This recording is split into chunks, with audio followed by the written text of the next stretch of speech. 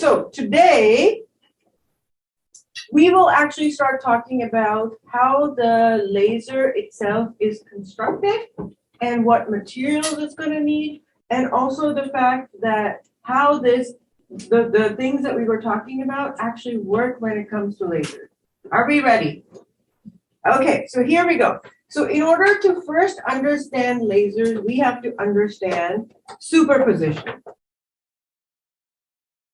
What is superposition? Superposition is a principle by which two waves interact with each other. However, as a result of that interaction, both waves don't necessarily change. So for example, if there was a wave that was this way, and there was another wave, this, that were coming in towards each other, principle of superposition says that at some point, you will get that. They will add. And then one wave will go this way, and the other wave will go that way. Completely unaffected by what was going on during interaction. Mathematically, this phenomenon is written as x net equal ax1 plus bx2, where x1 and x2, and so think of this as displacement, where the net displacement of this interaction is just the numerical sum or a linear sum of the waves A and B, of the waves 1 and 2 coming in together. And then they go away and nothing else changes. Now for electromagnetic waves, superposition is exactly the same. In this case, we know that electromagnetic waves are made out of E fields and B fields, correct? So if two electromagnetic waves, for example, light, come in together, then what will happen? E1 plus E2 and B1 plus B2. Where, for instance, I'll give you one example, where E1 will be something like E01 amplitude cosine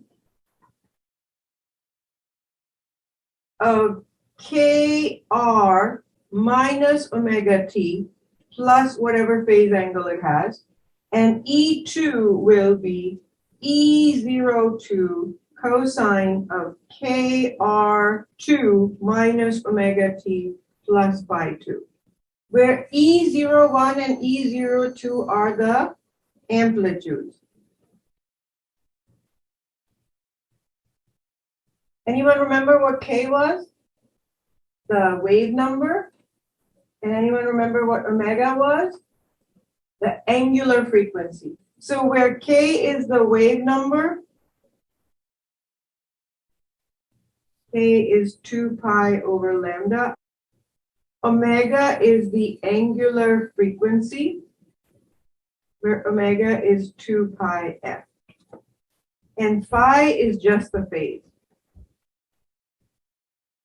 And similarly, you can write it for the B field, right? It'll be B01 cosine of K, R minus omega t plus phi. Same thing. We can write the same thing for B.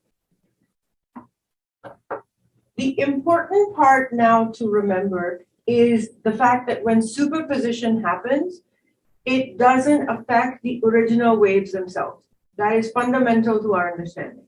Now, there could be 3 different ways in which superposition could occur. So the fact that superposition is the principle and interference is the phenomenon that occurs, we can differentiate superposition principle by 3 ways. What are they called? Constructive interference, destructive interference, and intermediate interference. So in constructive interference, the 2 waves add to give you a larger amplitude than it had before. Destructive interference, the two waves will cancel each other. And intermediate interference, they will be like sort of, somewhere there will be constructive and somewhere there will be destructive. So very quickly, let's write these down. Could be of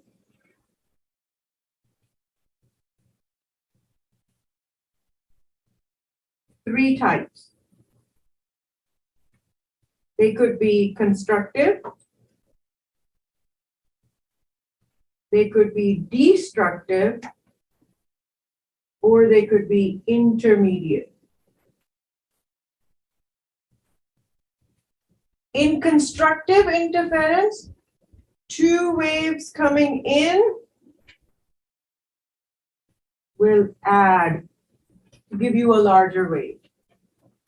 In destructive interference, two waves coming in will give you nothing. And intermediate interference, some places there will be constructively interfering, some places there will be destructively interfering. Two incoming waves.